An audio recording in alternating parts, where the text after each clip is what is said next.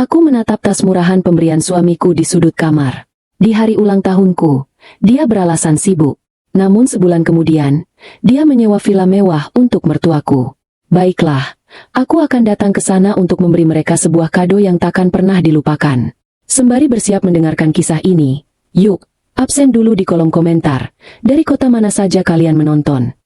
Jangan lupa dukung channel ini dengan like dan subscribe ya, supaya kami makin semangat mempersembahkan cerita yang lebih menarik lagi. Hari itu adalah hari yang paling aku tunggu-tunggu dalam setahun. Tanggal kelahiranku. Sejak pagi, aku sudah bangun dengan perasaan berbunga-bunga, berharap ada sedikit keajaiban atau setidaknya senyum hangat dari suamiku untuk memulai hari. Namun, saat aku membuka mata, sisi ranjang di sebelahku sudah kosong.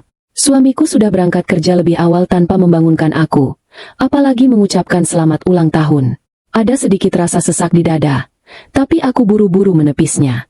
Aku meyakinkan diriku sendiri bahwa dia pasti sedang menyiapkan kejutan sepulang kerja nanti. Laki-laki memang kadang tidak pandai menunjukkan perhatian di pagi hari. Pikirku mencoba berpikir positif. Sepulang dari kantorku sendiri di sore hari, aku singgah ke pasar swalayan. Aku membeli bahan-bahan makanan terbaik. Daging sapi segar, udang berukuran besar, sayuran organik, dan bahan untuk membuat kue coklat kesukaan kami. Sesampainya di rumah, aku langsung masuk ke dapur tanpa sempat mengganti pakaian kerjaku. Aku memasak rendang daging sapi yang resepnya aku pelajari berminggu-minggu, membuat udang saus padang yang aromanya memenuhi seluruh ruangan, dan memanggang kue ulang tahunku sendiri. Aku menata meja makan sedemikian rupa, mengeluarkan piring keramik terbaik yang biasanya hanya dipakai saat ada tamu penting. Aku bahkan menyalakan 2 buah lilin aromaterapi di tengah meja untuk menciptakan suasana romantis. Jam menunjukkan pukul 7 malam. Makanan sudah tersaji hangat. Aku mandi, berdandan rapi, memakai gaun tidur sutra yang kupesan khusus sebulan lalu, dan memoles sedikit riasan di wajahku. Aku duduk di kursi ruang makan, menunggu suara mesin mobil suamiku memasuki garasi. Namun, jarum jam terus berputar tanpa belas kasihan. Pukul 8 malam, belum ada tanda-tanda dia pulang. Aku mengambil ponsel dan mengirimkan sebuah pesan singkat. Aku bertanya jam berapa dia akan pulang, tapi hanya ada 2 centang abu-abu.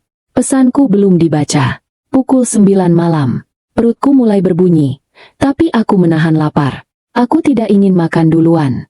Aku ingin merayakan hari istimewa ini bersamanya. Aku mencoba meneleponnya, namun panggilanku dialihkan ke kotak suara. Rasa cemas mulai bercampur dengan kekecewaan yang perlahan merayap naik. Apakah dia lupa? Apakah pekerjaannya begitu menumpuk sampai dia tidak ingat hari ini hari apa? Pikiranku mulai melayang pada ulang tahunku tahun lalu, di mana dia juga pulang larut malam dan beralasan terjebak kemacetan parah, lalu langsung tidur karena kelelahan. Apakah tahun ini akan sama saja? Aku menatap lilin yang perlahan mulai meleleh dan memendek. Tepat pukul 11 malam, terdengar suara gerbang berderit dan mesin mobil dimatikan. Jantungku berdegup kencang. Aku segera merapikan rambutku dan berdiri menyambutnya di ruang tengah. Pintu depan terbuka. Suamiku melangkah masuk dengan wajah datar. Tidak ada senyum, tidak ada raut bersalah. Dia melonggarkan dasinya dengan kasar dan melemparkan tas kerjanya ke atas sofa. Dia bahkan tidak melirik ke arah meja makan yang sudah kutata dengan susah payah. "Kamu baru pulang, Mas?" tanyaku dengan suara pelan, berusaha menyembunyikan getar kekecewaan di tenggorokanku. Dia hanya bergumam tidak jelas sambil membuka sepatu. "Jalanan macet banget. Kerjaan di kantor juga bikin pusing," keluhnya tanpa menatap mataku. Aku berjalan mendekatinya, berniat membantunya membawakan tas, tapi langkahku terhenti saat dia merogoh kursi belakang mobilnya yang pintunya masih terbuka dan mengeluarkan sebuah kantong kertas berlogo toko yang tidak begitu kukenal. Dia berjalan ke arahku dan menyodorkan kantong kertas itu dengan asal, seolah sedang memberikan barang titipan, bukan sebuah hadiah. "Ini," katanya pendek, "aku belikan tas baru untuk hadiah ulang tahunmu. Aku sibuk bekerja, jadi tak bisa rayakan ultahmu. Kamu ngertiin keadaanku, ya? Jangan mulai drama minta diajak makan di luar atau apa. Aku capek banget mau langsung tidur." Kata-katanya meluncur begitu saja, dingin dan tanpa perasaan. Tidak ada pelukan, tidak ada ciuman di kening, apalagi ucapan selamat ulang tahun yang tulus. Dia meletakkan kantong itu di tanganku, berbalik, dan berjalan menuju kamar mandi meninggalkan aku yang mematung di ruang tengah. Aku menatap punggungnya yang menjauh dengan dada yang terasa seperti dihantam batu besar. Air mata mulai menggenang di pelupuk mataku, tapi sekuat tenaga aku menahannya agar tidak jatuh. Aku menoleh ke arah meja makan. Lilin sudah mati, Makanan sudah sepenuhnya dingin, dan kue coklat buatanku tampak menyedihkan di sudut meja. Malam itu, aku makan sendirian dalam diam, mengunyah daging yang terasa hambar, sambil mendengar suara dengkuran suamiku dari dalam kamar. Keesokan paginya, setelah suamiku berangkat kerja seolah tidak terjadi apa-apa semalam, aku duduk di tepi ranjang. Kantong kertas pemberiannya semalam masih tergeletak di atas meja rias. Belum kusentuh sama sekali. Dengan perasaan hampa, aku mengambil kantong itu dan mengeluarkan isinya. Sebuah tas kulit berwarna merah marun. Pada pandangan pertama, tas itu terlihat lumayan. Namun, saat aku mengamatinya lebih dekat di bawah cahaya matahari pagi, kenyataan pahit menampar wajahku. Jahitan di bagian bawah tas itu tidak rapi. Benangnya mencuat di sana-sini. Resleting utamanya macet saat aku mencoba membukanya. Dan yang paling menyakitkan, logo merek yang menempel di bagian depan tas adalah logo tiruan. Hurufnya ejaannya salah. Itu bukan tas dari butik ternama seperti yang sering dia ceritakan padaku tentang barang-barang yang dia beli untuk koleksinya sendiri. Ini adalah tas palsu. Tas KW kualitas rendah yang mungkin dia beli secara asal di pinggir jalan atau di toko cuci gudang barang cacat saat dia sedang dalam perjalanan pulang. Tanganku bergetar memegang tas murahan itu. Bukan soal harga yang membuatku hancur. Aku adalah perempuan mandiri yang punya penghasilan sendiri. Aku bisa membeli tas mahal puluhan juta jika aku mau. Tapi ini soal penghargaan. Ini soal bagaimana dia menilai diriku. Di matanya, aku hanya layak mendapatkan sisa waktunya, sisa perhatiannya, dan barang murahan yang dibeli tanpa usaha. Dia beralasan sibuk bekerja mencari uang untuk keluarga. Tapi aku tahu persis gajinya tidak kecil. Dan aku pun ikut menopang ekonomi rumah tangga ini. Selama ini aku selalu mengalah, menekan kebutuhanku sendiri demi menjaga perasaannya sebagai kepala keluarga. Aku tidak pernah menuntut perhiasan mewah atau liburan ke luar negeri. Aku hanya meminta sedikit waktunya di hari ulang tahunku. Namun, melihat tas cacat di pangkuanku ini, aku sadar bahwa selama ini aku tidak sedang berkorban untuk cinta, melainkan sedang merendahkan harga diriku sendiri di hadapan laki-laki yang tidak pernah menghargaiku. Aku melempar tas itu ke sudut kamar. Air mata yang kutahan semalaman akhirnya tumpah. Aku menangis sejadi-jadinya, meratapi kebodohanku sendiri, dan saat itu juga, sesuatu di dalam hatiku mulai mengeras. 2 minggu telah berlalu sejak malam ulang tahunku yang menyedihkan itu. Suasana di rumah berjalan seperti biasa, atau setidaknya aku berpura-pura semuanya biasa saja. Aku tetap bangun pagi, menyiapkan sarapan, menyetrika kemeja kerjanya, dan tersenyum saat dia berangkat. Suamiku tidak menyadari ada yang berubah dariku. Dia tidak tahu bahwa senyum yang kuberikan hanyalah topeng tipis untuk menutupi rasa muak yang semakin hari semakin menebal di dadaku. Tas merah murahan itu sudah kumasukkan ke dalam kantong plastik hitam dan kusimpan di gudang paling belakang. Aku tidak pernah memakainya, dan dia pun tidak pernah menanyakannya. Baginya, kewajibannya memberikan hadiah sudah gugur, dan masalah selesai. Pagi itu adalah hari Sabtu. Angin berhembus cukup kencang membawa udara sejuk ke dalam rumah. Suamiku sedang bersiap-siap untuk mandi, beralasan nanti siang ada janji bertemu klien penting meskipun ini hari libur. Alasan yang sama yang selalu dia gunakan setiap kali dia ingin keluar rumah di akhir pekan. Aku sedang duduk di ruang keluarga, berniat mengirimkan dokumen revisi pekerjaan ke kantorku. Sialnya, laptopku mendadak mengalami pembaruan sistem yang memakan waktu lama, sementara batas waktu pengiriman dokumen itu tinggal setengah jam lagi. Ponselku juga sedang kehabisan baterai dan harus diisi daya. Melihat laptop suamiku tergeletak di atas meja ruang tamu dalam keadaan menyala, aku memutuskan untuk meminjamnya sebentar. Mas, aku pinjam laptopmu sebentar ya buat kirim email. Laptopku lagi update. Seruku cukup keras agar suaraku terdengar sampai ke kamar mandi. Ya, pakai saja. Balasnya dari dalam kamar mandi, disusul suara gemericik air shower. Aku duduk di sofa, menarik laptopnya ke pangkuanku, dan membuka peramban internet. Rencananya aku hanya ingin masuk ke akun emailku sendiri, mengirim berkas yang kusimpan di flash disk, lalu segera menutupnya kembali. Namun, saat aku baru saja akan mengetikkan alamat emailku, peramban itu rupanya masih membuka tab email milik suamiku. Sebuah notifikasi pesan masuk baru saja muncul di sudut kanan bawah layar, berkedip-kedip meminta perhatian. Mata kiriku menangkap subjek email tersebut yang membuat jariku berhenti di atas keyboard. Subjek email itu tertulis dengan huruf kapital.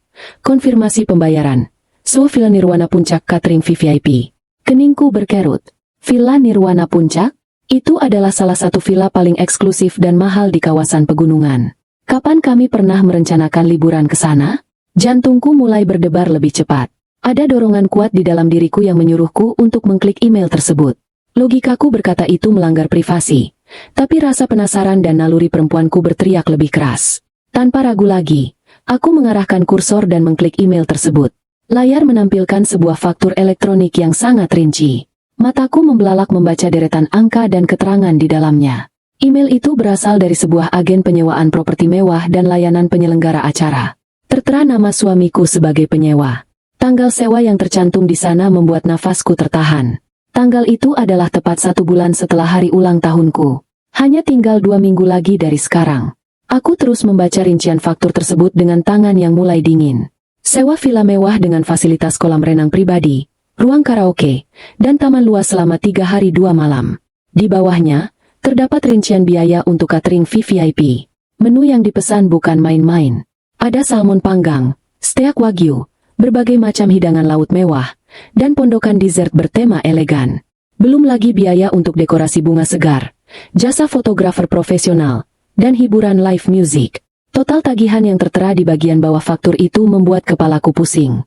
Puluhan juta rupiah. Hampir menyentuh angka 100 juta. Dan yang paling mengejutkan, status pembayarannya tertulis, lunas. Untuk siapa semua ini? Tanggal itu. Pikiranku berputar cepat mencoba mengingat hari penting apa yang jatuh pada tanggal tersebut. Tiba-tiba, seperti disambar petir di siang bolong, aku teringat. Tanggal itu adalah hari ulang tahun ibu mertuaku. Ibunya Dimas. Tanganku gemetar. Aku menelan ludah yang terasa pahit. Suamiku.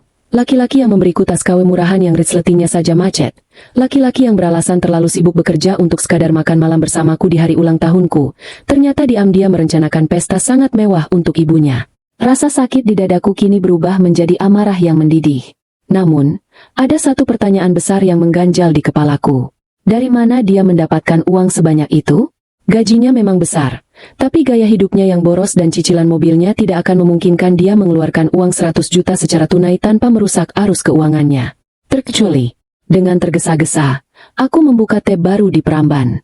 Aku tahu password akun perbankan internet untuk rekening tabungan bersama kami. Rekening itu kami buat sejak awal pernikahan dengan tujuan untuk membeli rumah impian kami. Setiap bulan, kami sepakat menyisihkan uang ke sana. Jujur saja, selama 3 tahun terakhir, akulah yang lebih banyak mentransfer uang ke rekening itu dari hasil bonus pekerjaanku, sementara dia sering beralasan ada kebutuhan mendadak sehingga setorannya bolong-bolong. Aku tidak pernah mempermasalahkannya karena kupikir uang itu toh untuk masa depan kami berdua. Tanganku basah oleh keringat dingin saat aku mengetikkan kata sandi. Layar berputar sejenak, lalu menampilkan halaman utama. Mataku langsung tertuju pada kolom saldo akhir. Kosong. Bukan benar-benar nol. Tapi saldo yang awalnya berjumlah ratusan juta itu kini hanya tersisa beberapa ratus ribu rupiah saja. Duniaku seakan runtuh. Kakiku terasa lemas meskipun aku sedang duduk. Aku memeriksa mutasi rekening. Benar saja. Beberapa hari yang lalu, ada penarikan besar-besaran dalam beberapa tahap yang ditransfer langsung ke rekening agen penyelenggara acara tersebut. Dia telah menguras tabungan masa depan kami. Uang hasil keringatku yang kukumpulkan bertahun-tahun dengan cara berhemat, hanya untuk membiayai pesta pora ibunya selama 3 hari di villa mewah. Tanpa seizinku, tanpa sepengetahuanku, ingatanku melayang pada sosok ibu mertuaku. Ibu Darmi, wanita parubaya yang selalu memandangku rendah sejak hari pertama aku menginjakan kaki di rumahnya. Dia selalu menyindirku tentang penampilanku yang katanya kurang mewah untuk ukuran istri seorang manajer. Dia selalu membandingkanku dengan menantu teman-temannya yang sering membelikan tas branded atau perhiasan emas untuk mertuanya. Setiap kali kami berkunjung, dia memperlakukanku tak ubahnya seperti pembantu, menyuruhku memasak dan membersihkan rumahnya sementara dia duduk bersantai mengkritik masakanku. Dan sekarang, suamiku mencuri uangku untuk merayakan ulang tahun wanita yang selalu menghinaku, memanjakannya bak seorang ratu, sementara aku istrinya sendiri diberi barang rongsokan. Suara air di kamar mandi tiba-tiba berhenti. Suamiku sudah selesai mandi. Aku segera menghapus riwayat pencarian, mengeluarkan akun perbankan, menutup tab email faktur tersebut, dan kembali ke tab emailku sendiri. Aku mengunggah dokumen pekerjaanku dengan cepat dan mengirimkannya. Tanganku bergerak secepat kilat didorong oleh adrenalin. Pintu kamar mandi terbuka. Suamiku keluar sambil mengeringkan rambutnya dengan handuk. Dia menatapku santai. Udah selesai kirim emailnya? Tanyanya tanpa curiga sedikit pun. Aku mengangkat wajahku, menatap laki-laki yang berstatus sebagai suamiku itu. Di balik wajahnya yang terlihat polos sehabis mandi, aku kini melihat sosok monster yang manipulatif, egois, dan pencuri. Namun, aku tidak akan menangis. Aku tidak akan berteriak histeris menuntut penjelasan saat ini juga. Melabraknya sekarang hanya akan memberinya kesempatan untuk mencari alasan licik lainnya, atau memanipulasi keadaan. Aku memaksakan sebuah senyum lebar di bibirku. Senyum yang tidak mencapai mataku. Sudah, Mas. Makasih ya laptopnya. Ucapku selembut mungkin sambil menutup layar laptop. Dalam hati, aku telah membuat sebuah sumpah. Jika dia bisa bermain kotor dengan uang dan perasaanku, maka aku akan memastikan dia menerima pembalasan yang jauh lebih menyakitkan dari sekadar teriakan kemarahan seorang istri. Hari demi hari berlalu sejak penemuanku yang menguras air mata sekaligus mengeringkan seluruh kewarasanku. Rumah tangga kami berjalan seperti sebuah panggung sandiwara yang naskahnya ditulis oleh kebohongan demi kebohongan. Aku tetap menjalankan peranku sebagai istri yang berbakti, menyiapkan pakaian kerjanya, menghidangkan sarapan di meja makan, dan menyambutnya pulang dengan senyuman yang kubuat semanis mungkin. Di luar, aku tampak seperti perempuan bodoh yang tidak tahu apa-apa, tapi di dalam kepalaku, mesin hitung mundur menuju kehancurannya sudah mulai berdetak. Suamiku mulai menunjukkan gelagat yang sangat mencurigakan. Dia sering sembunyi-sembunyi saat menerima panggilan telepon. Jika ponselnya berdering di ruang keluarga, dia akan buru-buru menyambarnya dan melangkah ke teras depan atau balkon atas. Beralasan itu urusan pekerjaan yang sangat rahasia. Layar ponselnya yang dulu sering dibiarkan terbuka di atas meja, kini selalu diletakkan dalam posisi terbalik dan kata sandinya tiba-tiba diganti. Aku pura-pura tidak menyadari semua perubahan itu. Aku membiarkannya merasa menang, membiarkannya merasa sangat pintar karena berhasil menipu seorang istri yang selama ini selalu mengalah padanya. Mendekati hari ulang tahun mertuaku, tepatnya 2 minggu sebelum acara di villa mewah itu berlangsung, aku memutuskan untuk memancing sebuah kebohongan besar dari mulutnya. Pagi itu, cuaca sangat cerah. Aku sedang mengoleskan selai kacang ke atas roti panggang kesukaannya di meja makan. Suamiku duduk di seberangku, sibuk menyesap kopi hitam sambil menggulir layar ponselnya. Aku menarik napas panjang, menata ekspresi wajahku senatural mungkin, lalu membuka percakapan. Mas, akhir pekan depan kan ada libur panjang tanggal merah. Ucapku dengan nada suara yang sengaja kubuat manja dan penuh harap. Kita sudah lama sekali tidak pergi berdua. Gimana kalau kita jalan-jalan? Gak usah jauh-jauh atau menginap di tempat mahal. Keluar kota sebentar saja, sekadar cari udara segar. Aku kangen menghabiskan waktu sama kamu. Apalagi kemarin pas aku ulang tahun kita gak sempat merayakan apa-apa. Mendengar permintaanku, gerakan tangannya yang sedang memegang cangkir kopi langsung terhenti. Dia menatapku dengan raut wajah yang sedikit terkejut, seolah tidak menyangka aku akan menuntut waktu luangnya di tanggal yang sangat keramat baginya itu. Matanya berkedip cepat, mencari-cari alasan di dalam rongga kepalanya yang penuh dengan kelicikan. Aku menatap matanya dalam-dalam, menahan senyum sinis yang hampir saja meledak melihat kepanikannya yang berusaha disembunyikan. Dia meletakkan cangkir kopinya perlahan, lalu berdeham membersihkan tenggorokan. Wah, sayang sekali. Ucapnya dengan nada menyesal yang dibuat-buat, persis seperti aktor sinetron murahan. Akhir pekan depan aku nggak bisa. Bosku tiba-tiba menugaskan aku untuk pergi perjalanan dinas keluar kota. Ada klien besar yang harus ditangani langsung. Ini urusan yang sangat penting, menyangkut promosi jabatanku bulan depan. Kalau proyek ini tembus, bonusnya pasti besar. Aku memasang wajah murung dan kecewa yang sangat meyakinkan. Perjalanan dinas? Di hari libur panjang? Kok mendadak sekali? Masa tidak bisa digantikan oleh rekan kerjamu yang lain? Aku benar-benar ingin jalan-jalan berdua sama kamu, Mas.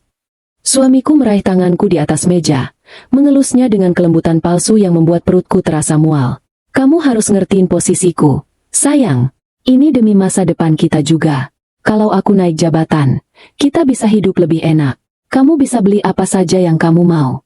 Aku janji. Setelah urusan bisnis ini selesai, kita akan liburan ke tempat yang kamu suka. Sekarang kamu sabar dulu ya. Jadilah istri yang mendukung karir suaminya. Aku mengangguk pelan, menarik tanganku dari genggamannya dengan halus. Iya, aku ngerti kok. Semoga perjalanan dinasnya lancar ya. Nanti aku bantu siapkan koper dan barang-barang yang mau kamu bawa. Nah, gitu dong. Sahutnya dengan senyum lega yang mengembang lebar di wajahnya. Dia merasa telah lolos dari lubang jarum. Dia merasa kebohongannya begitu sempurna hingga aku menelannya mentah-mentah. Padahal, di balik anggukanku, aku sedang merutuki betapa hinanya laki-laki yang duduk di hadapanku ini. Dia menggunakan kata, masa depan kita. Padahal dia baru saja merampok tabungan masa depan itu untuk berfoya-foya dengan keluarganya. Siang harinya, saat aku sedang istirahat makan siang di kantor, kenyataan pahit kembali menampar wajahku dengan cara yang paling tidak terduga. Sambil mengunyah bekal makananku, aku iseng membuka aplikasi WhatsApp dan melihat pembaruan status dari kontak-kontak di ponselku. Mataku tertuju pada sebuah lingkaran hijau di foto profil sepupu suamiku, seorang perempuan muda yang memang sering bergaul dengan mertuaku. Tanpa curiga, aku menekan status tersebut. Sebuah video berdurasi 30 detik terputar di layarku. Video itu direkam di sebuah kafe. Terlihat beberapa anggota keluarga pihak suamiku sedang berkumpul mengelilingi sebuah meja besar. Ada sepupu-sepupunya, bibinya, dan beberapa kerabat dekat lainnya. Di tengah meja, terhampar sebuah kertas desain spanduk besar bertuliskan, "Selamat ulang tahun ibu tercinta, kejutan Villa Nirwana." Terdengar suara tawa riang dan sorak-sorai dalam video itu. Kamera kemudian berputar menyorot ke arah sudut ruangan, dan di sanalah aku melihatnya. Suamiku. Dia sedang berdiri, tersenyum lebar sambil memegang segelas minuman. Tampak sangat bahagia berdiskusi dengan salah satu pamannya. Keterangan yang ditulis oleh sepupu suamiku di bagian bawah video itu adalah pukulan pamungkas yang menghancurkan sisa-sisa kewarasanku. Meeting rahasia buat kejutan ibu. Gak sabar minggu depan kita party 3 hari 2 malam di villa mewah disponsori oleh anak kebanggaan ibu. SSST. Jangan sampai bocor ya gengs. Napas saya tercekat. Dada ini terasa seperti ditindih balok beton bertonton. Aku memutar video itu berulang-ulang, memperbesar layar hanya untuk memastikan bahwa aku tidak salah lihat. Fakta yang terpampang di depan mataku ini jauh lebih menyakitkan daripada sekadar melihat faktur sewa villa tempo hari. Ini bukan hanya tentang suamiku dan mertuaku. Ini tentang seluruh keluarga besarnya. Mereka semua tahu. Seluruh kerabatnya berkumpul, merencanakan pesta mewah menggunakan uangku, uang yang dicuri suamiku dari tabungan kami. Dan dari sekian banyak orang yang ada di video itu, tidak ada satupun yang menanyakan keberadaanku. Tidak ada satupun yang merasa aneh mengapa menantu perempuan di keluarga itu tidak dilibatkan. Terbukti sudah. Aku sengaja disingkirkan. Aku dengan sengaja tidak diundang dan dibohongi mentah-mentah oleh suamiku. Didukung penuh oleh seluruh keluarganya agar dia bisa menghamburkan uang tanpa harus mendengar omelanku.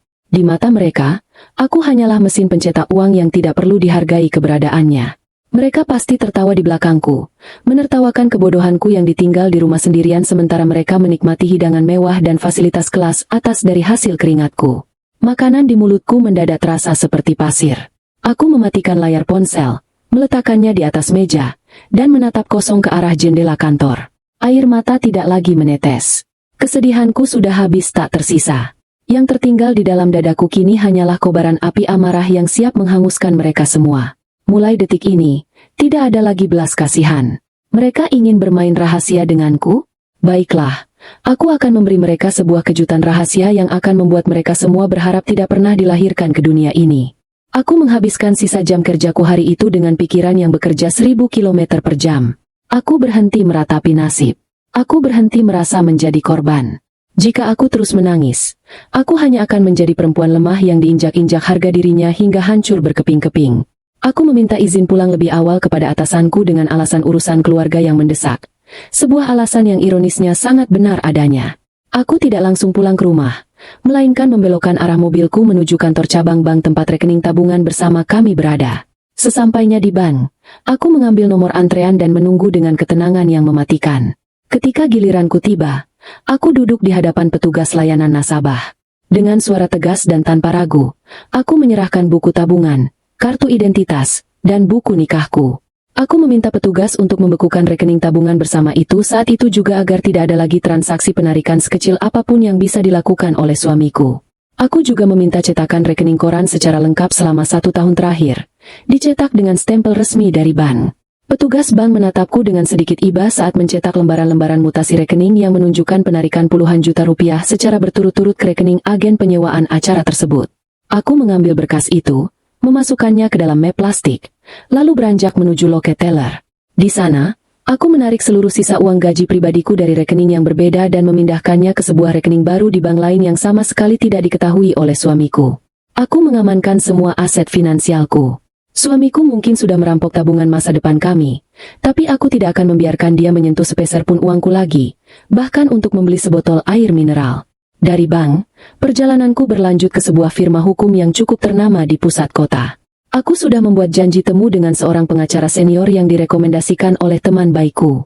Namanya Pak Chandra, seorang pria parubaya yang terkenal sangat tajam dan tidak kenal ampun dalam menangani kasus sengketa rumah tangga dan harta gono gini.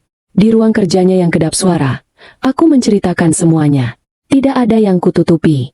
Aku menceritakan tentang tas murahan di hari ulang tahunku, penemuan faktur sewa villa mewah senilai puluhan juta, hingga persekongkolan keluarganya yang kudapatkan dari video di status WhatsApp. Aku juga meletakkan bukti cetak rekening koran dari bank di atas mejanya. Pak Chandra mendengarkan dengan saksama, mencatat beberapa poin penting, lalu mengangguk paham. Beliau menjelaskan bahwa tindakan suamiku yang menguras rekening bersama tanpa persetujuan istri bisa dikategorikan sebagai penggelapan aset perkawinan.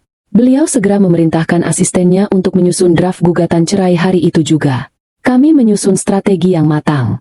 Aku tidak akan mengajukan gugatan ini ke pengadilan secara diam-diam. Aku menginginkan sebuah eksekusi yang dramatis. Kami sepakat bahwa surat gugatan cerai dan somasi pengembalian dana itu akan kuserahkan langsung ke tangan suamiku dan mertuaku di puncak acara pesta mewah mereka. Malam harinya, aku tiba di rumah sebelum suamiku pulang. Aku mandi, membuat makan malam sederhana, dan bersikap senormal mungkin saat dia akhirnya tiba di rumah dengan wajah lelah yang selalu dia jadikan senjata untuk mendapat simpati. Malam itu, dia tidur lebih cepat karena mengaku harus menyiapkan materi presentasi untuk perjalanan dinasnya. Aku menunggunya sampai napasnya teratur dan suara dengkurannya terdengar memenuhi kamar. Setelah memastikan dia benar-benar terlelap, aku mengendap-endap keluar dari kamar dan masuk ke ruang kerjanya. Ada satu hal lagi yang mengganjal di hatiku. Keberaniannya menguras uang 100 juta rupiah. Laki-laki yang pelit kepada istrinya biasanya tidak hanya menghabiskan uang untuk ibunya. Pasti ada motif lain di balik kemurahan hatinya yang tiba-tiba meluap-luap. Aku menyalakan tablet miliknya yang sering ditinggalkan di laci meja kerja. Karena tablet itu tersinkronisasi dengan ponselnya, aku bisa mengakses semua aplikasi pesannya tanpa harus memegang ponselnya langsung. Jariku menelusuri daftar pesannya dengan cepat. Aku mengabaikan obrolan grup keluarganya yang penuh dengan rencana pesta. Aku mencari sesuatu yang lebih spesifik. Mataku tertuju pada sebuah kontak tanpa nama, hanya disimbolkan dengan emoji bunga mawar merah. Hatiku mencelos, tapi tanganku tetap bergerak membuka riwayat percakapan tersebut. Apa yang kubaca di sana membuat perutku bergejolak hebat hingga aku harus menutup mulut menahan rasa mual. Percakapan itu penuh dengan panggilan sayang, rayuan menjijikan, dan janji-janji manis. Perempuan itu adalah rekan kerjanya di kantor cabang lain. Selingkuhannya. Namun, yang membuat darahku benar-benar mendidih hingga ubun-ubun adalah percakapan mereka hari ini. Selingkuhannya itu mengirimkan foto beberapa pilihan gaun malam yang mahal. Dia bertanya kepada suamiku gaun mana yang paling cocok dia pakai untuk acara akhir pekan depan. Balasan suamiku benar-benar menghancurkan sisa-sisa akal sehatku. Dia mengetik, "Pakai yang warna merah hati, sayang. Kamu pasti kelihatan sangat cantik dan berkelas. Aku nggak sabar ngenalin kamu ke ibu dan seluruh keluarga besar sebagai calon istriku nanti. Ibu pasti senang lihat menantu masa depannya punya selera tinggi, nggak kampungan kayak yang di rumah." Air mataku jatuh menetes ke atas layar tablet. Bukan karena aku patah hati kehilangan cintanya, melainkan karena rasa marah yang luar biasa besar atas penghinaan ini. Laki-laki berdebah itu. Dia tidak hanya menggunakan uangku untuk merayakan ulang tahun ibunya, tapi dia juga menggunakan momen dan uangku itu untuk meresmikan hubungan gelapnya di depan seluruh keluarga besarnya, keluarga yang dengan senang hati berkomplot menyingkirkan aku. Dia mengataiku kampungan, padahal pestanya dibiayai oleh uang hasil keringatku. Aku mengambil napas panjang berkali-kali, menetralkan detak jantungku yang berpacu liar. Aku mengambil tangkapan layar dari seluruh percakapan itu, termasuk foto selingkuhannya dan semua rencana busuk mereka, lalu mengirimkannya ke alamat emailku sendiri sebagai bukti tambahan untuk pengadilan. Aku mematikan tablet itu dan mengembalikannya persis di tempat semula. Esok harinya, aku mulai mengemas kado istimewa yang akan kubawa ke acara itu. Aku pergi ke sebuah toko perhiasan eksklusif. Tapi aku tidak membeli berlian. Aku hanya membeli sebuah kotak kado perhiasan berbahan beludru merah yang sangat mewah dan elegan, lengkap dengan pita emas yang tebal. Di dalam kotak beludru itu, aku tidak meletakkan kalung atau gelang. Aku melipat dengan rapi draft asli surat gugatan cerai yang sudah ditandatangani oleh pengacaraku. Di bawahnya, aku menyisipkan salinan cetak mutasi rekening bank yang diberi stabilo merah muda pada bagian penarikan uang puluhan juta ke agen villa tersebut. Dan sebagai sentuhan akhir yang manis, aku meletakkan setumpuk foto tangkapan layar percakapan suamiku dengan selingkuhannya yang membahas rencana mereka di pesta itu. Aku menutup kotak beludru itu dengan hati-hati, mengikat pita emasnya hingga terlihat sempurna. Aku menatap kotak itu cukup lama. Kotak ini terlihat sangat indah dari luar, tapi isinya adalah sebuah bom waktu yang memiliki daya ledak luar biasa. Bom yang akan menghancurkan reputasi, kebohongan, dan kesombongan mereka di depan puluhan pasang mata kerabatnya. Persiapan sudah selesai. Sandiwara ini akan segera berakhir. Aku tinggal menghitung hari menuju akhir pekan, menunggu waktu yang tepat untuk datang tanpa diundang, dan menyerahkan kado paling berkesan sepanjang sejarah keluarga mereka. Hari yang dinantikan oleh para pengkhianat itu akhirnya tiba. Sejak pagi buta, rumah kami sudah dipenuhi dengan energi kebohongan yang sangat kental. Suamiku bangun jauh lebih pagi dari biasanya. Wajahnya terlihat begitu cerah.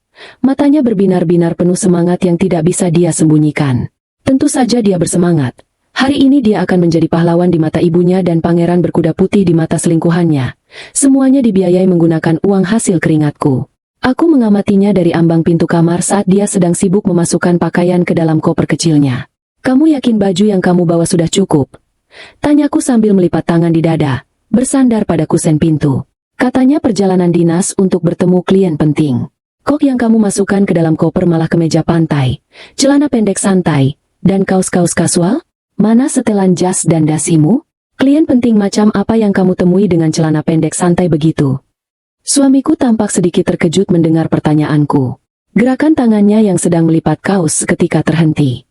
Namun, karena dia sudah terbiasa berbohong, dia dengan cepat menguasai dirinya kembali. Dia menoleh ke arahku dengan senyum yang dibuat-buat. Senyum yang dulu selalu berhasil meluluhkan hatiku, tapi kini hanya membuat perutku terasa mual tak tertahankan. "Oh, ini," sahutnya sambil mengangkat sebuah kemeja bermotif bunga tropis. "Acaranya memang semi-formal. Klien yang akan kutemui ini orangnya sangat santai. Dia suka mengadakan pertemuan bisnis di area luar ruangan atau resor. Jadi bosku menyarankan agar pakaian kami menyesuaikan dengan suasana agar klien merasa lebih akrab dan tidak kaku. Setelan jasnya sudah kusiapkan di penutup khusus. Nanti langsung kugantung di mobil supaya tidak kusut di dalam koper." Alasan yang sangat masuk akal bagi seorang istri yang buta karena cinta. Tapi bagi istri yang sudah memegang bukti mutasi rekening dan tangkapan layar rencana perselingkuhan, alasan itu terdengar seperti lelucon murahan yang sangat tidak lucu. Aku hanya mengangguk pelan, berpura-pura percaya sepenuhnya pada setiap kata yang keluar dari mulut berbisanya itu. "Baiklah kalau begitu. Hati-hati di jalannya. Semoga urusan pekerjaanmu lancar, bosmu senang, dan promosi jabatan yang kamu janjikan itu benar-benar terwujud." Ucapku dengan nada suara yang kubuat selembut sutra, padahal di dalam hatiku aku sedang menyumpahinya dengan segala kutukan yang ada di dunia ini. Saat sarapan, dia menyantap roti panggangnya dengan rakus dan terburu-buru, seolah takut terlambat menghadiri pesta pora yang sudah dia rancang dengan sangat teliti. Matanya terus melirik ke arah jam dinding. Setelah menghabiskan kopi terakhirnya, dia bangkit berdiri, meraih koper dan kunci mobilnya. Dia berjalan mendekatiku, merangkul bahuku dengan sebelah tangan, dan mendaratkan sebuah ciuman di keningku. Sentuhan bibirnya terasa dingin dan palsu di kulitku. "Aku berangkat dulu ya. Kamu baik-baik di rumah. Jangan lupa kunci pintu kalau malam. Kalau urusanku cepat selesai, aku usahakan pulang lebih awal dari jadwal," ucapnya dengan raut wajah penuh perhatian yang sangat memuakan. "Iya, tenang saja. Aku pasti akan sangat sibuk mengurus urusanku sendiri hari ini," balasku sambil memaksakan sebuah senyuman. Kalimat itu bermakna ganda. Sayangnya otak kecilnya yang dipenuhi oleh rencana perselingkuhan itu tidak mampu menangkap sinyal bahaya dari nada bicaraku. Suamiku melangkah keluar dari rumah, memasukkan koper ke dalam bagasi mobil, dan masuk ke kursi kemudi. Dia melambaikan tangan ke arahku dari balik kaca jendela yang perlahan tertutup. Aku membalas lambaian tangannya dari teras rumah. Aku berdiri mematung menatap ekor mobilnya yang perlahan menjauh dan akhirnya menghilang di tikungan jalan. Tepat setelah mobilnya tak lagi terlihat, senyum di bibirku lenyap tanpa sisa. Wajahku berubah menjadi dingin dan keras. Sandiwara pagi ini sudah selesai. Sekarang saatnya untuk pertunjukan utamaku. Aku melangkah masuk ke dalam rumah, mengunci pintu rapat-rapat, dan langsung berjalan menuju kamarku. Waktu terus berjalan, dan aku punya banyak hal yang harus dipersiapkan. Aku telah menyewa jasa seorang penata rias profesional yang khusus kupanggil ke rumah hari ini. Tak lama kemudian, suara bel rumah berbunyi. Penata rias yang kusewa sudah tiba.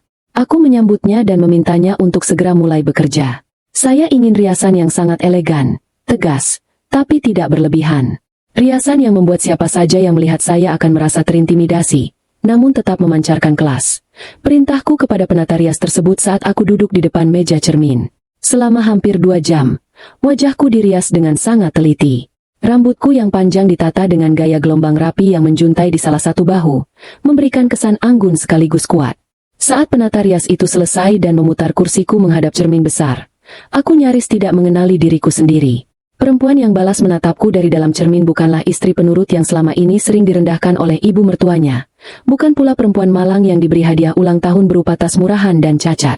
Perempuan di cermin ini adalah sosok pembalas dendam yang cantik, tajam, dan tidak kenal ampun. Setelah urusan riasan selesai, aku membuka lemari pakaianku. Di sana, tergantung sebuah gaun yang baru kubeli 2 hari yang lalu menggunakan sisa uang tabungan pribadiku. Gaun berbahan sutra tebal berwarna merah darah. Warna yang sama persis dengan yang disarankan suamiku kepada selingkuhannya. Gaun ini memiliki potongan leher V yang menonjolkan tulang selangkaku, dan belahan di bagian kaki yang memperlihatkan sepatu hak tinggiku yang berharga belasan juta rupiah. Aku memakai gaun itu perlahan, merapikan setiap lipatannya. Aku juga menyematkan sepasang anting berlian asli, perhiasan yang kubeli sendiri dari hasil kerja kerasku bertahun-tahun yang lalu, yang selalu disindir oleh ibu mertuaku sebagai barang tiruan karena dia tidak percaya aku mampu membelinya. Aku mengambil kotak bludru merah yang berisi kado spesialku. Surat gugatan cerai, bukti mutasi rekening, dan foto-foto perselingkuhan itu sudah tersusun rapi di dalamnya. Aku menatap pantulan diriku sekali lagi di depan cermin. Sempurna. Tepat pada pukul 12 siang, sebuah pesan masuk ke ponselku. Pengacaraku memberitahu bahwa dia sudah berada di depan rumahku beserta rombongan yang sudah kami sepakati. Aku meraih tas kecilku, mengambil kotak bludru merah itu, dan melangkah keluar rumah dengan kepala tegak. Di depan rumah, sudah terparkir 2 buah mobil berwarna hitam yang terlihat sangat resmi. Pengacaraku, seorang pria parubaya yang selalu berpakaian necis, keluar dari mobil pertama. Dia didampingi oleh asistennya yang membawa sebuah koper berisi dokumen hukum lengkap. Dari mobil kedua, keluar 2 orang petugas keamanan berbadan tegap berpakaian safari hitam, dan 1 orang pria berseragam resmi yang merupakan perwakilan dari manajemen villa mewah tersebut. Kehadiran pihak manajemen villa ini sangat penting, karena aku ingin memastikan bahwa pembatalan sewa dan pengusiran tamu tak diundang nanti berjalan tanpa hambatan hukum. Anda terlihat sangat luar biasa hari ini, Nyonya. Sapa pengacaraku sambil tersenyum sopan. Semua dokumen sudah siap. Tim keamanan kami juga sudah diinstruksikan untuk mencegah keributan fisik atau upaya perlawanan dari pihak suami Anda. Perwakilan manajemen villa juga sudah memegang surat pembatalan sewa atas nama Anda. Kita bisa berangkat sekarang. Terima kasih. Ya, kita berangkat sekarang. Saya tidak sabar untuk mengucapkan selamat ulang tahun secara langsung kepada ibu mertua saya. Jawabku dengan nada suara yang sedingin es. Aku masuk ke dalam mobil pengacaraku, duduk di kursi belakang sambil memangku kotak bludru merah itu. Iring-iringan mobil kami mulai bergerak meninggalkan pekarangan rumah, membelah jalan raya menuju kawasan pegunungan tempat villa mewah itu berada. Perjalanan yang memakan waktu sekitar 3 jam itu terasa sangat lambat. Aku menatap keluar jendela, melihat deretan gedung-gedung tinggi yang perlahan berganti menjadi pepohonan hijau dan jalanan menanjak yang berkelok-kelok. Udara di dalam mobil terasa sejuk, tapi dadaku terasa panas oleh antisipasi. Sepanjang perjalanan, ingatanku terus memutar kembali semua perlakuan buruk yang kuterima selama pernikahan ini. Sindiran tajam ibu mertuaku setiap kali aku menyajikan makanan untuknya. Wajah dingin suamiku setiap kali aku meminta waktunya di akhir pekan. Senyum meremehkan dari keluarga besarnya yang selalu menganggapku sebagai orang luar yang menumpang hidup pada kesuksesan anak laki-laki kebanggaan mereka. Semua kenangan pahit itu tidak membuatku menangis, justru menjadi bahan bakar yang mengobarkan semangatku untuk menghancurkan mereka hari ini. Berdasarkan informasi yang kami dapatkan, acara puncaknya akan dimulai pada pukul 4 sore, ucap asisten pengacaraku, memecah keheningan di dalam mobil. Saat ini mereka sedang melakukan sesi foto keluarga dan bernyanyi-nyanyi di area kolam renang. Rombongan kita akan tiba tepat pada saat mereka memulai acara potong tumpeng dan penyerahan kado di aula utama villa. Bagus sekali, gumamku sambil mengusap permukaan lembut kotak bludru merah di pangkuanku. Waktu yang sangat tepat. Biarkan mereka merasa berada di puncak kebahagiaan terlebih dahulu. Karena jatuh dari tempat yang paling tinggi, rasanya akan jauh lebih menyakitkan. Mobil kami terus menanjak, melewati kabut tipis pegunungan yang mulai turun di sore hari. Jantungku berdetak dengan ritme yang teratur. Tidak ada rasa takut, tidak ada keraguan. Aku adalah perempuan yang datang untuk mengambil kembali hak dan harga diriku. Ketika mobil kami akhirnya berbelok memasuki gerbang besar bertuliskan Villa Nirwana, aku menarik napas panjang. Pesta sudah dimulai, dan sandiwara yang mereka mainkan akan segera menemui akhirnya yang paling tragis. Mobil kami berhenti tepat di depan lobi utama villa mewah tersebut. Bangunan ini terlihat sangat megah, bergaya arsitektur modern klasik dengan dinding kaca besar yang memperlihatkan pemandangan langsung ke arah lembah hijau di bawahnya. Area parkir sudah dipenuhi oleh deretan mobil-mobil milik keluarga besar suamiku. Aku bahkan bisa melihat mobil suamiku terparkir paling depan, mengilap karena baru saja dicuci sebelum berangkat tadi pagi. Petugas keamanan yang kami bawa segera turun dari mobil kedua dan berjaga di sekitar kami, sementara pengacaraku membukakan pintu mobil untukku. Udara dingin pegunungan langsung menyapu wajahku, tapi aku tidak merasa kedinginan. Darah yang mengalir deras di sekujur tubuhku membuatku merasa sangat hidup dan penuh energi. Aku melangkah keluar dari mobil. Sepatu hak tinggiku mengetuk lantai marmer lobi dengan suara yang sangat tegas dan berwibawa. Dari luar pintu kaca, aku bisa mendengar suara alunan musik yang mengalun keras. Bukan musik sembarangan, melainkan penampilan langsung dari sebuah grup musik akustik profesional yang disewa khusus untuk menghibur para tamu. Pintu utama villa yang terbuat dari kayu jati berukir itu terbuka lebar, memperlihatkan pemandangan di dalam aula utama yang membuat darahku seketika mendidih. Aula itu dihias dengan sangat mewah. Karangan bunga mawar putih dan lili impor berjejer di setiap sudut ruangan. Meja prasmanan panjang membentang di sisi kanan, penuh dengan tumpukan piring perak yang berisi hidangan mahal. Aku bisa melihat tumpukan daging sapi panggang kualitas premium, kepiting berukuran raksasa, dan deretan makanan penutup yang ditata layaknya di hotel bintang 5. Di tengah ruangan, terdapat sebuah panggung kecil dengan latar belakang spanduk besar bertuliskan, "Selamat ulang tahun ke-60 ibu tercinta, dari anakmu yang paling berbakti." Dan di tengah kerumunan orang-orang yang sedang tertawa dan berpesta itu, aku melihat mereka. Ibu mertuaku sedang duduk di sebuah kursi besar yang dihias menyerupai singgasana. Dia mengenakan kebaya emas yang berkilauan, wajahnya dirias tebal, dan leher serta pergelangan tangannya dipenuhi oleh perhiasan emas yang sangat mencolok.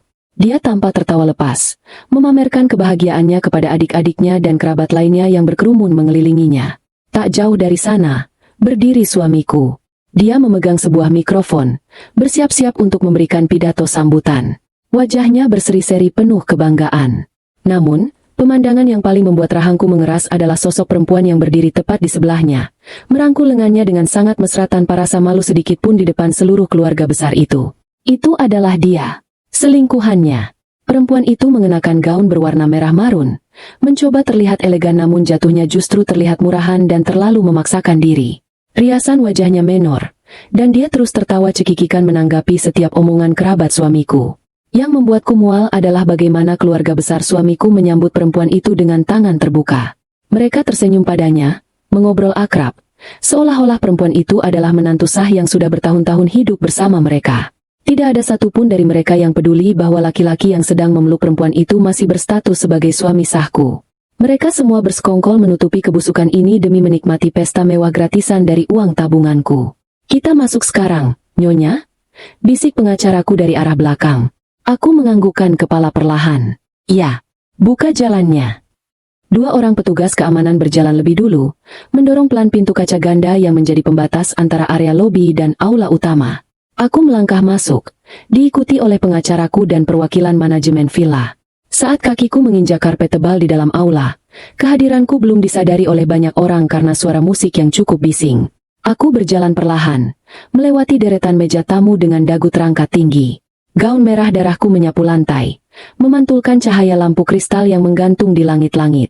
Warna gaunku yang menyala seketika menenggelamkan penampilan selingkuhan suamiku yang mengenakan warna serupa namun tampak kusam. Berjalan dengan penuh percaya diri, aku memancarkan aura dominasi yang membuat beberapa kerabat suamiku yang sedang berdiri di dekat pintu masuk langsung terdiam. Satu persatu pasang mata mulai menoleh ke arahku. Suara tawa dan obrolan yang tadinya riuh rendah, perlahan-lahan mereda seperti gelombang air yang surut secara tiba-tiba. Grup musik akustik yang sedang memainkan lagu ceria ikut menghentikan permainan mereka, menyisakan keheningan yang terasa sangat canggung dan tegang di udara. Semua orang terpaku menatap perempuan bergaun merah yang datang bersama pria berjas rapi dan petugas keamanan berwajah garang. Langkahku yang berirama konstan, tak, menjadi satu-satunya suara yang terdengar di ruangan luas itu.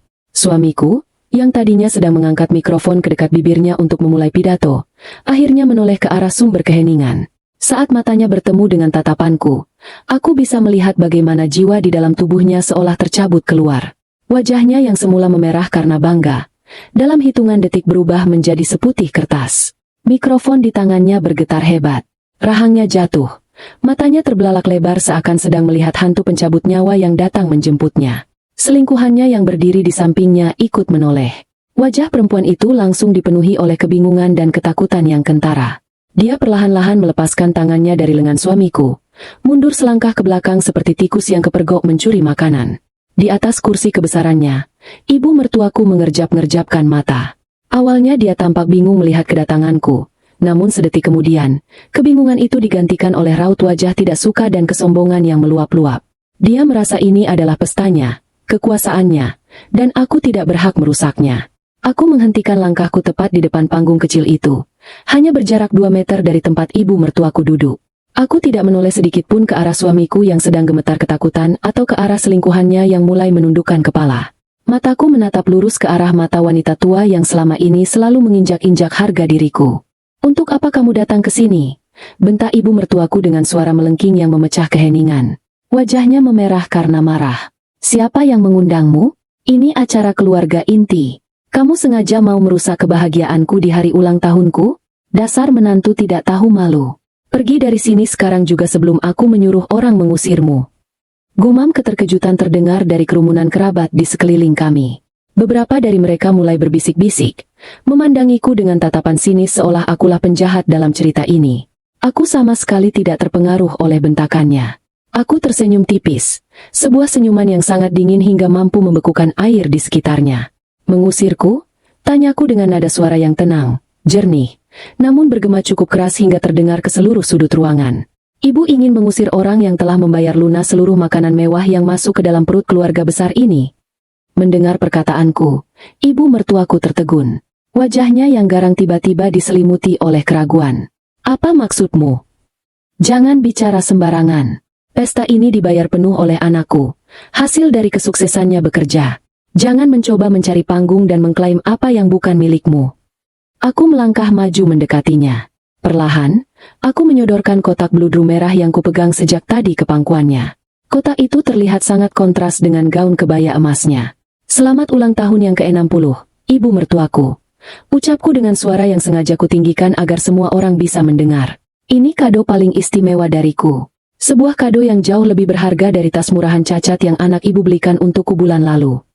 Ibu mertuaku menatap kotak bludru itu dengan pandangan curiga. Tangannya yang dipenuhi gelang emas perlahan membuka pita yang mengikat kotak tersebut.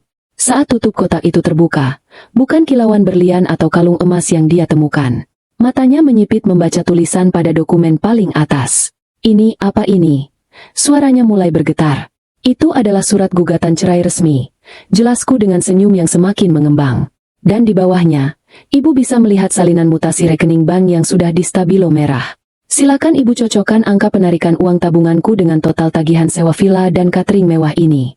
Anak kebanggaan ibu ini tidak pernah punya uang sebanyak itu. Dia menguras habis tabungan masa depan kami demi memuaskan kesombongan ibu, dan lucunya, demi memamerkan selingkuhannya di depan kalian semua. Ruangan itu seketika meledak oleh suara keterkejutan. Terdengar pekikan tertahan dari beberapa kerabat perempuan. Ibu mertuaku membolak-balik lembaran kertas itu dengan tangan gemetar parah. Saat dia melihat foto-foto tangkapan layar percakapan kotor suamiku dengan selingkuhannya yang juga kusertakan di dalam kotak itu, wajahnya berubah menjadi pucat pasi. Dia memegang dadanya. Napasnya mulai tersengal-sengal. "Ini fitnah. Ini pasti palsu," jerit ibu mertuaku, melempar kotak itu hingga kertas-kertasnya berserakan di atas karpet. Suamiku, yang sejak tadi membatu, akhirnya tersadar. Dia menjatuhkan mikrofonnya hingga menimbulkan suara dengingan keras yang menyakitkan telinga. Dia berlari turun dari panggung, mendekatiku dengan tangan terentang seolah ingin meraih bahuku. "Sayang, tolong, dengarkan aku dulu. Ini tidak seperti yang kamu pikirkan. Aku bisa jelaskan semuanya. Jangan lakukan ini di depan keluargaku, kumohon." Suaranya parau, air matanya mulai menggenang. Laki-laki yang tadi pagi keluar rumah dengan langkah tegap dan senyum penuh kebanggaan itu kini merintih menyedihkan seperti anak kecil. Petugas keamanan yang berjaga di belakangku langsung maju, menghalangi langkah suamiku sebelum dia sempat menyentuh seujung rambutku pun. Aku menatap laki-laki itu dengan tatapan jijik yang tak tertahankan. Tidak ada yang perlu dijelaskan. Semuanya sudah sangat jelas dan tertulis di atas kertas. Dan satu hal lagi, ucapku sambil menoleh ke arah perwakilan manajemen villa yang berdiri di samping pengacaraku. "Bapak, silakan laksanakan tugas Anda." Pria berseragam manajemen villa itu mengangguk hormat, lalu berdeham membersihkan tenggorokan. Dengan suara lantang dan resmi, dia mengumumkan keputusan yang akan menjadi akhir dari segalanya. "Mohon perhatian semuanya. Berdasarkan bukti yang sah bahwa penyewaan seluruh fasilitas villa ini dilakukan menggunakan dana yang bukan hak dari pihak penyewa atas nama suami nyonya ini, dan atas instruksi langsung dari pemilik sah dana tersebut, maka dengan sangat menyesal kami pihak manajemen harus melakukan pembatalan sewa saat ini juga. Kami memohon agar seluruh tamu segera mengemasi barang-barang dan mengosongkan area villa dalam waktu maksimal 30 menit dari sekarang. Pihak keamanan kami akan memastikan kelancaran proses pengosongan ini. Keheningan yang mencekam kembali menyelimuti aula itu. Lalu, disusul oleh suara histeris yang sangat melengking. Ibu mertuaku berteriak keras, meronta-ronta di atas kursinya sebelum akhirnya tubuhnya lemas dan jatuh pingsan tak sadarkan diri. Kepanikan luar biasa langsung melanda ruangan itu. Kerabat-kerabat suamiku berlarian mengerubungi ibu mertuaku, berteriak meminta tolong. Beberapa dari mereka menatapku dengan pandangan marah, tapi tak satu pun yang berani mendekat karena penjagaan ketat petugas keamanan. Di tengah kekacauan yang tak terkendali itu, aku berbalik badan. Aku berjalan meninggalkan aula mewah yang kini telah berubah menjadi arena kehancuran mereka. Di belakangku, terdengar suara isak tangis suamiku yang memanggil-manggil namaku memohon ampun, bercampur dengan keributan keluarga besarnya dan suara petugas villa yang mulai menggiring tamu keluar. Aku melangkah keluar dari lobi, kembali menghirup udara segar pegunungan. Langkahku terasa sangat ringan, seringan hatiku yang akhirnya terbebas dari rantai beracun yang mengikatku selama ini. Sandiwara ini telah selesai dengan penutupan yang sangat sempurna. Langkahku terhenti di pelataran parkir villa yang dingin. Udara pegunungan sore itu seharusnya membawa kesejukan. Namun suasana di belakangku terasa seperti neraka yang baru saja bocor ke bumi. Aku berdiri di samping mobil hitam milik pengacaraku, menolak untuk langsung masuk ke dalam. Aku ingin menyaksikan setiap detik kehancuran mereka dari kejauhan. Bagiku, ini adalah bayaran yang sepadan untuk semua air mata dan pengorbanan yang telah kutelan selama bertahun-tahun. Dari balik pintu kaca lobi yang terbuka, suara kepanikan terdengar bersahut-sahutan. Tiba-tiba, sosok suamiku berlari keluar dengan napas terengah-engah. Kemeja bermotif bunga tropisnya yang tadi pagi terlihat rapi kini kusut masai. Wajahnya dipenuhi keringat dingin dan air mata yang mengalir deras, merusak citra pria sukses yang selalu dia banggakan di depan keluarganya. Dia melihatku berdiri di samping mobil dan langsung berlari kencang ke arahku, mengabaikan tatapan aneh dari beberapa petugas keamanan villa yang sedang berjaga di luar. Petugas keamananku yang berbadan tegap segera melangkah maju, membentuk barikade di depanku. Namun suamiku tidak peduli. Dia menjatuhkan dirinya ke lantai marmer yang dingin tepat di depan kaki petugas keamanan, mencoba meraih ujung sepatuku sambil menangis terseduh-seduh layaknya anak kecil yang ketakutan. "Sayang, kumohon dengarkan aku dulu," teriaknya dengan suara parau yang menyayat hati, sebuah suara yang sama sekali tidak memancing belas kasihanku. "Aku hilaf. Aku benar-benar minta maaf. Ini semua salah paham. Aku bisa kembalikan uangmu. Aku janji. Tolong jangan ceraikan aku. Tolong jangan buat aku malu di depan seluruh keluargaku seperti ini." Aku menunduk, menatap wajah laki-laki yang berstatus sebagai suamiku itu dengan pandangan sedingin es. Tidak ada sebersit pun rasa kasihan di dalam dadaku. Yang tersisa hanyalah rasa muak yang luar biasa. "Malu?" tanyaku dengan nada suara yang sangat tenang, tapi tajam menyayat. "Kamu baru memikirkan rasa malu sekarang? Lalu bagaimana denganku? Bagaimana perasaanku saat kamu memberiku tas murahan cacat di hari ulang tahunku? Sementara kamu menghamburkan 100 juta uang tabungan kita untuk pesta ini? Bagaimana perasaanku saat kamu menyebutku kampungan di depan selingkuhanmu? Apakah kamu pernah memikirkan rasa maluku, Mas?" Suamiku menggelengkan kepalanya dengan kuat. Tangisannya semakin keras. "Itu hanya omong kosong. Sayang, aku tidak serius dengan perempuan itu. Dia hanya rekan kerja yang kebetulan lewat. Aku cuma iseng. Kamu yang paling berharga buatku. Tolong, batalkan gugatan cerainya. Kita bicarakan ini baik-baik di rumah. Jangan usir keluargaku dari sini. Ibuku punya penyakit jantung. Dia bisa mati kalau kamu memperlakukannya begini." Aku tertawa sinis mendengar alasannya yang sangat klise dan murahan. "Kamu mengkhawatirkan jantung ibumu, tapi kamu yang merancang semua kebohongan ini. Kalau kamu benar-benar menyayangi ibumu, kamu tidak akan memberinya hadiah hasil curian. Dan soal perempuan itu, kamu membelikannya baju yang serasi denganmu dan berencana mengenalkannya sebagai calon istri masa depan. Apakah itu yang kamu sebut iseng? Berhentilah merendahkan kecerdasanku. Semuanya sudah selesai. Tidak ada lagi kata kita." Tepat pada saat itu, keributan lain meledak dari arah pintu lobi. Selingkuhan suamiku, perempuan bergaun merah marun itu, berlari keluar sambil menyeret koper kecilnya dengan panik. Dia berusaha melarikan diri dari kekacauan sebelum situasi semakin memburuk. Namun, Langkahnya terhenti ketika dua orang bibi suamiku mengejarnya dari belakang. Wajah kedua wanita parubaya itu merah pada menahan amarah dan rasa malu karena diusir dari villa oleh pihak manajemen. "Heh, perempuan gatal. Berhenti kamu!" teriak salah satu bibi sambil menarik kasar lengan perempuan itu hingga kopernya terjatuh. "Gara-gara kamu dan keponakanku yang bodoh itu, kami semua jadi gelandangan di sini. Kamu pikir kamu siapa berani datang ke acara keluarga kami dan membuat istri sahnya marah besar? Mengaku saja, kamu pasti yang menghasut Dimas untuk mencuri uang istrinya, kan?" Selingkuhan itu berusaha meronta. Wajahnya pucat pasi ketakutan dikelilingi oleh keluarga besar yang kini berbalik memusuhinya. "Lepaskan saya. Saya tidak tahu menahu soal uang itu. Dimas bilang dia sudah mau cerai dan dia orang kaya. Saya juga korban di sini. Saya dibohongi," jerit perempuan itu sambil berusaha menepis cengkeraman tangan bibi suamiku. Mendengar keributan itu, suamiku menoleh ke belakang. Alih-alih membela perempuan yang tadi pagi dia puji-puji setinggi langit, dia justru diam saja, membiarkan selingkuhannya itu menjadi bulan-bulanan amarah keluarganya sendiri. Sungguh pemandangan yang sangat ironis dan menjijikan. Laki-laki pengecut itu bahkan tidak berani berdiri untuk melerai. Dia hanya memikirkan nasibnya sendiri. Para kerabat yang lain mulai berhamburan keluar dari lobi, membawa koper, tas punggung, dan barang-barang bawaan mereka yang dikemas secara asal-asalan. Beberapa makanan ringan dan bungkusan kue dari meja prasmanan tampak menyembul dari tas mereka. Sebuah usaha putus asa untuk tidak rugi sepenuhnya. Wajah mereka yang tadinya berseri-seri penuh kesombongan, kini ditekuk rapat menahan malu. Beberapa dari mereka menatapku dengan tajam, namun saat melihat petugas keamanan dan pengacaraku yang mendampingiku, mereka buru-buru membuang muka dan berjalan menunduk. Tidak ada satupun yang berani menegurku. Mereka tahu posisi mereka. Mereka tahu bahwa mereka sedang menikmati fasilitas dari uang curian, dan sekarang pemilik aslinya telah datang untuk menagih semuanya. Tak lama kemudian, ibu mertuaku keluar dari pintu lobi.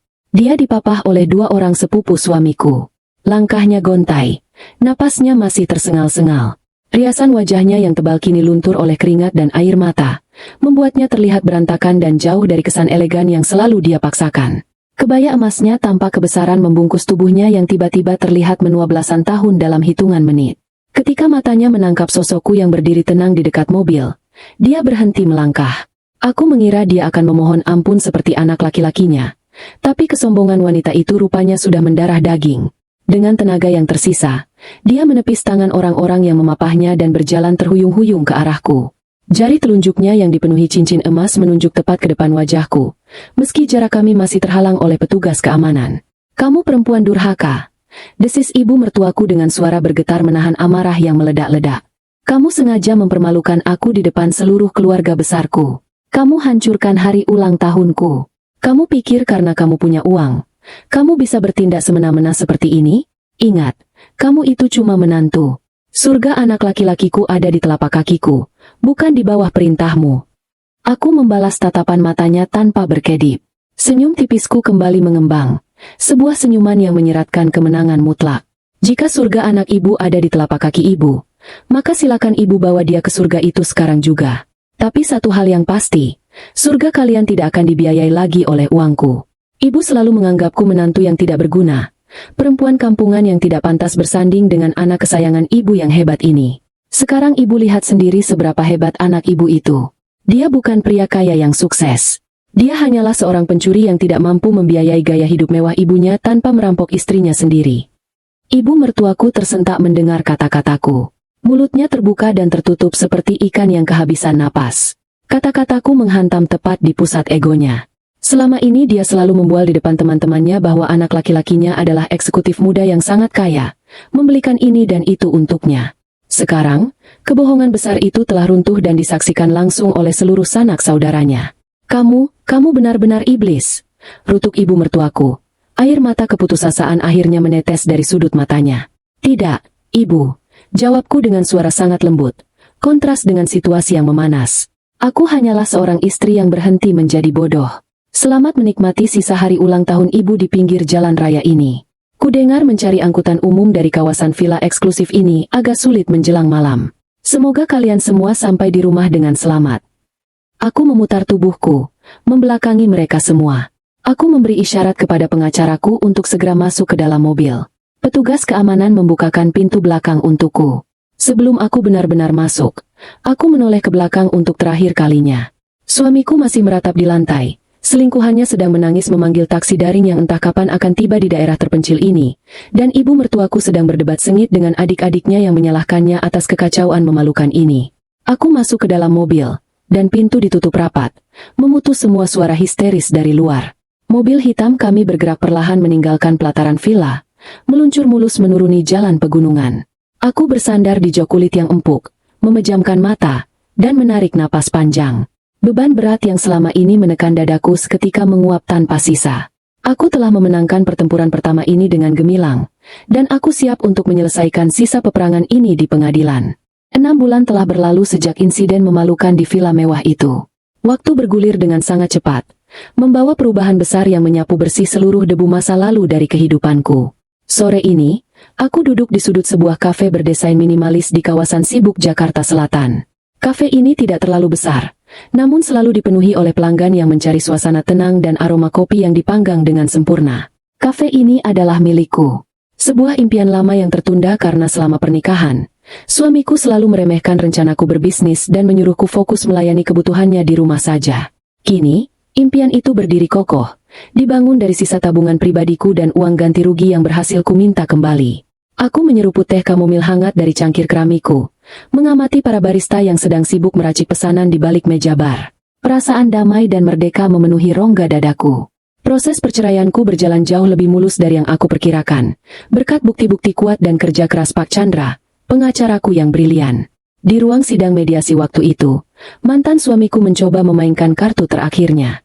Dia menangis terseduh-seduh di depan hakim, memohon kesempatan kedua, berjanji akan berubah dan mencium tanganku. Namun air mata buaya itu tidak lagi mempan. Ketika Pak Chandra membentangkan bukti mutasi rekening, bukti pembekuan aset, dan tentu saja, salinan percakapan mesumnya dengan selingkuhannya yang membahas tentang uang tabunganku, wajah mantan suamiku langsung pucat pasi. Hakim tidak membutuhkan waktu lama untuk mengambil keputusan. Gugatan ceraiku dikabulkan sepenuhnya. Tidak hanya itu, pengadilan juga memenangkan seluruh tuntutan harta gonogini di pihakku. Hakim memerintahkan agar rumah yang kami tempati, yang sebagian besar cicilannya memang aku yang bayar, jatuh ke tanganku. Mantan suamiku juga diwajibkan untuk mengembalikan seluruh uang 100 juta rupiah yang dia gelapkan dari tabungan bersama kami, ditambah denda kompensasi yang cukup besar. Keputusan itu telak menghancurkan hidupnya secara finansial. Aku mendengar kabar kehidupannya yang sekarang dari beberapa teman lama yang masih peduli untuk bercerita. Karma rupanya tidak membutuhkan waktu lama untuk menemukan alamat rumahnya. Setelah pembatalan sewa villa secara sepihak di hari H, pihak manajemen villa mengenakan denda penalti yang sangat besar atas kerusakan nama baik dan pembatalan catering VVIP. Mantan suamiku harus melunasinya menggunakan kartu kreditnya hingga batas maksimal, limit, membuatnya tercekik tagihan utang berbunga tinggi setiap bulannya. Bencana di hidupnya tidak berhenti sampai di situ. Kabar tentang penggerebekan di villa dan perselingkuhannya menyebar luas, hingga ke telinga bagian sumber daya manusia di kantornya. Perusahaan tempatnya bekerja sangat ketat menjaga citra profesional karyawannya. Akibat masalah pribadi yang dianggap memalukan dan mengganggu performa kerja, rencana promosi jabatannya dibatalkan secara sepihak. Beberapa bulan kemudian, karena kinerjanya semakin merosot akibat stres ditagih utang kesana kemari, dia akhirnya diturunkan jabatannya ke divisi lapangan yang jauh lebih melelahkan dengan gaji yang dipotong drastis. Lalu, bagaimana nasib perempuan bergaun merah marun itu? Setelah insiden di villa, dia langsung memutuskan semua kontak dengan mantan suamiku. Perempuan itu rupanya menyadari bahwa pria yang dia kencani bukanlah pangeran kaya raya, melainkan pria bangkrut yang banyak utang. Dia keluar dari pekerjaannya, pindah ke kota lain, dan kabarnya kini sudah menggandeng laki-laki lain yang jauh lebih mapan. Mantan suamiku ditinggalkan sendirian, menanggung tumpukan utang dan rasa malu yang tidak ada habisnya. Nasib ibu mertuaku jauh lebih menyedihkan.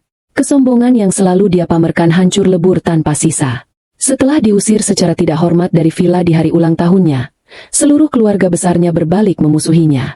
Adik-adiknya dan sepupu-sepupunya merasa ditipu dan dipermalukan. Mereka menolak untuk berhubungan lagi dengan ibu mertuaku, bahkan memblokir nomor teleponnya. Wanita tua itu kini hidup sendirian di sebuah rumah kontrakan kecil di pinggiran kota. Untuk bertahan hidup dan membantu membayarkan sebagian utang anak laki-laki kebanggaannya, dia terpaksa menjual satu persatu perhiasan emas yang selalu dia sombongkan padaku dulu.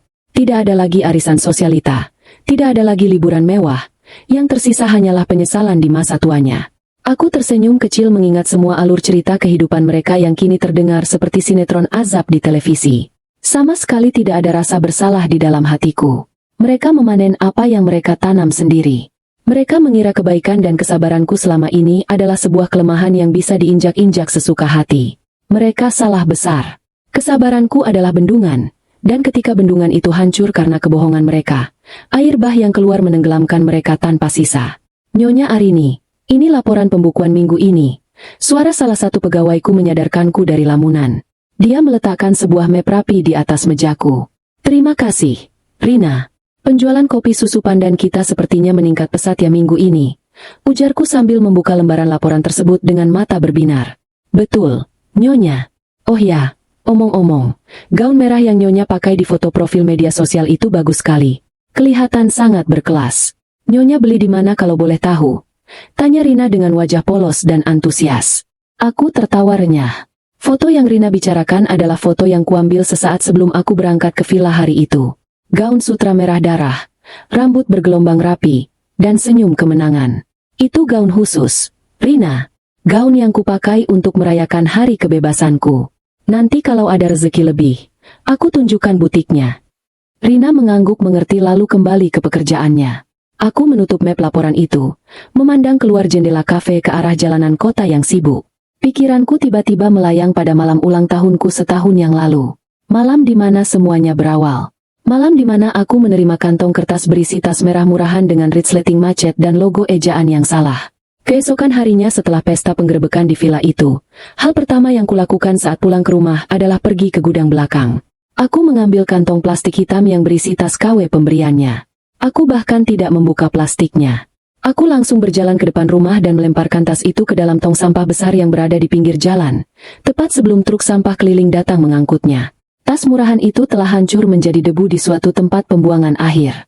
Sama seperti aku membuang tas itu, aku juga telah membuang seluruh sosok masa laluku yang lemah, rasa rendah diriku, dan mantan suamiku dari kehidupanku untuk selama-lamanya. Aku belajar satu hal yang sangat berharga dari pengalaman pahit ini. Jangan pernah membiarkan orang lain menentukan seberapa besar nilai dirimu. Jika ada seseorang yang memberimu barang cacat dan sisa waktunya, itu bukan berarti kamu tidak berharga. Itu hanya berarti dia tidak mampu membeli kelasmu. Matahari sore perlahan mulai turun di ufuk barat, memancarkan cahaya keemasan yang menembus kaca jendela kafeku. Aku menghirup aroma kopi yang menguar di udara. Hari ini adalah hidupku yang baru. Hidup di mana aku adalah tokoh utamanya, bukan pemeran pembantu yang bisa disingkirkan kapan saja. Dan cerita ini baru saja dimulai.